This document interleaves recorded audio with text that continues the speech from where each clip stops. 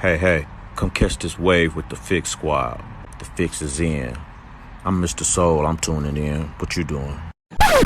Stand up. James left, but the king still reigns here. No tears, no love lost, no rain here. Delivers, I promise, Santa rain here. Love for the city still resides here. Fix for your ailment, faith that resides outside the lines. Detox your mind, cause it matters. Art outside the box, we paste better. The Fixx is in, and we rock a channel. We rock with them for what's deep within. Expose those who talk but don't live. Expose those who talk but don't live. Take offense. Judge by the fruit from the tree, but if the fruit tastes.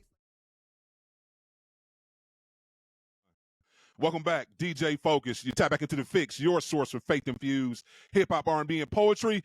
Y'all know what time it is. It's time for our spiritual detox. And listen, when I tell you I got one of the greats, let's be very clear, man. I remember 1995 like it was yesterday because I was a junior in high school. And this movie came out that changed my life forever from this comedian that, like I say, he is legendary. He's an actor. He's a comedian. He does a lot, too, as well in the community. And he on tour right now, so I was excited to get a chance to chop it up with him and just talk a little bit about everything. So listen, without further ado, the one and only Chris Tucker is in the building. What's going on, Chris? What's up, DJ Focus? Man, it's good. Everything is good. It's all good. I'm out here on this Legend Tour, the Chris Tucker Legend Tour, man. I'm having a ball, man. It's so much fun. Listen, you are a legend, and I know, like I say, I know, it's been a long time since you've done, movies like Friday, but it changed my life in some inspirational ways too as well.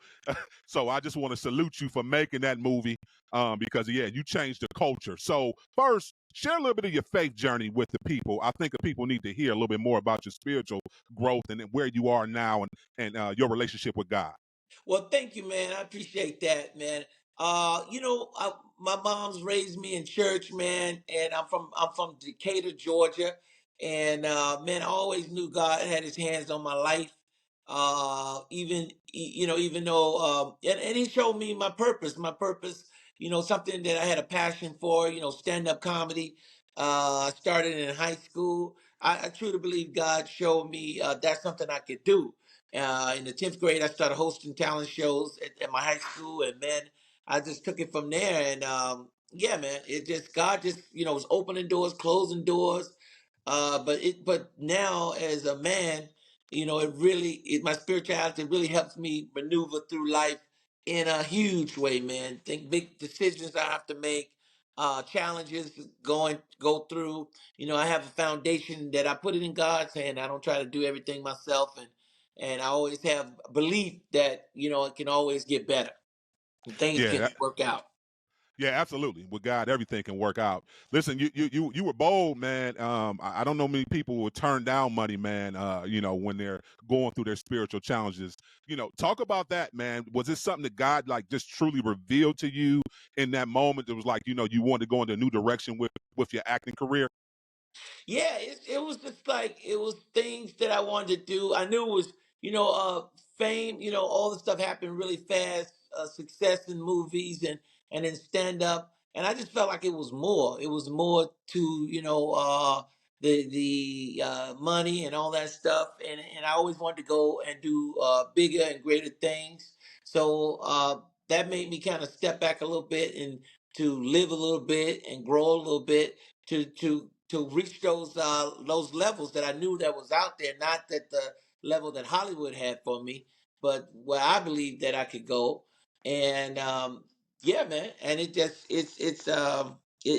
for me, it wasn't turning down something. It really was opening up a whole new world for me. I started traveling the world, Africa with different people, helping people in different countries, and then I started my own foundation, and that opened up a whole nother world for me, man. Helping people. The best thing I ever did was start a foundation, the Chris Tucker Foundation, and helping other people, not just thinking about me. When I first started, it was like being the biggest comedian, being the biggest comic, being the biggest actor, and that happened really fast. But I said, it got to be more than life, man, than this.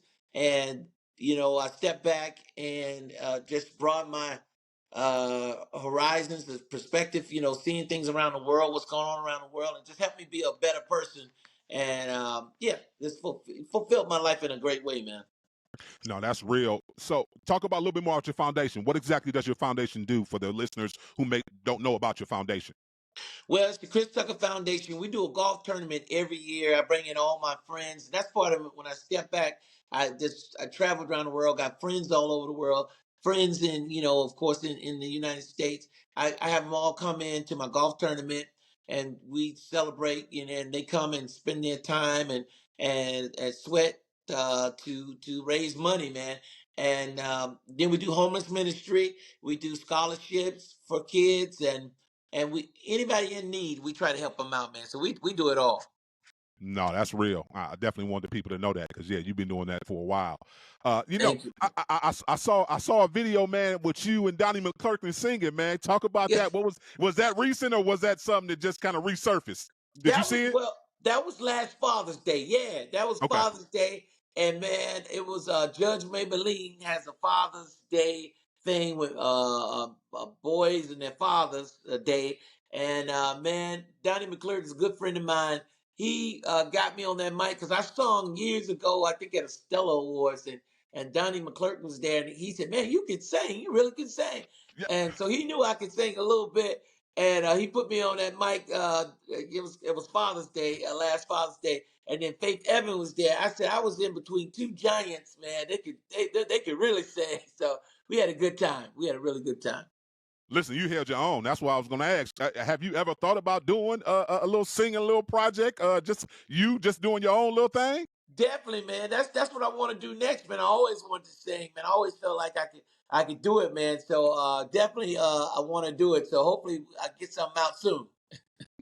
Listen, we celebrating 50 years of hip hop. I definitely got to ask you for the culture. This is 50 years we're celebrating the hip hop. Where do you think we are, in 50 years with hip hop being so influential in everything we do, especially with with us colored people?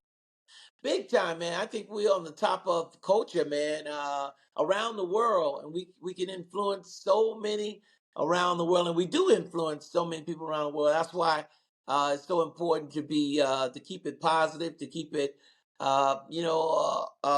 something that inspires people, man. Like when I grew up, we had Run DMC and LL Cool J. It was a little bit more inspirational, a little bit more fun. Of course, it was competition, and I'm the best and all that stuff, but it was more cleaner than today. Some rap. I like a lot of the rap that's out there, but I wish it just always be encouraging, like the way I grew up, and fun.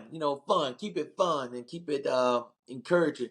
So yeah, man, we influencing the world with our culture, and even with my movies, it's the 25th anniversary of Rush Hour.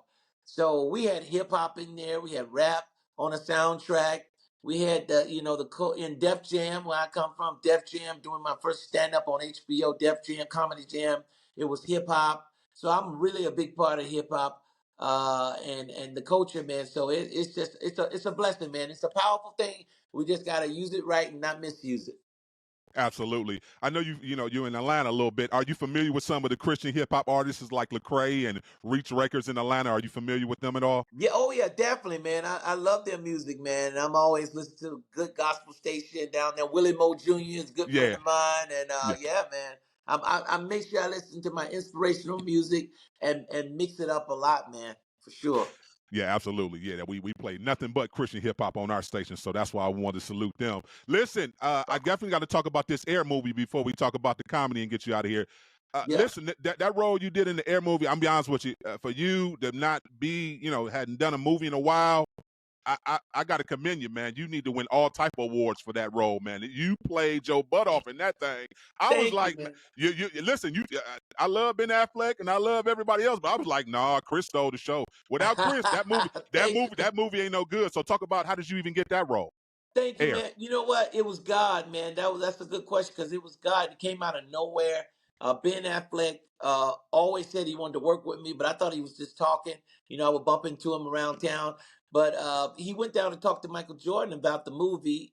About he was doing a movie about Nike and this guy Sonny Vaccaro.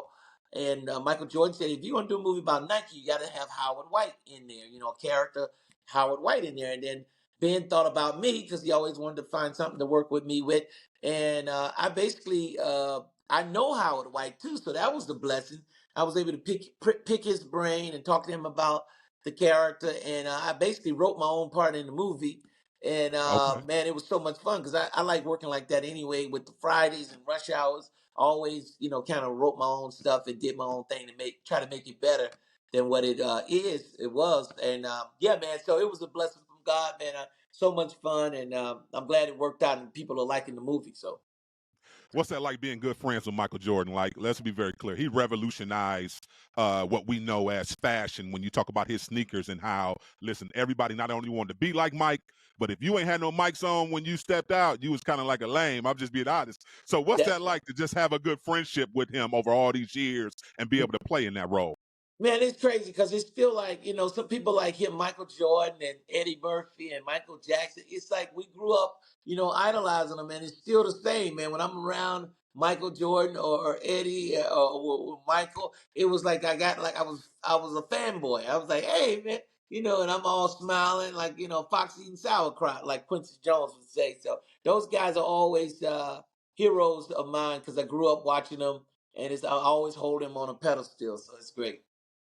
Listen, how with you doing your comedy now, talk a little bit about you being able to do it in a different way, since because of your spiritual beliefs and everything. Like, is it more challenging for you to come up with, something to present to the people? Yeah, it made me a better comedian. It made me dig deeper. Like my show now is just deeper. It's more. It made it. Yeah, I don't do the easy stuff, and I talk about stuff that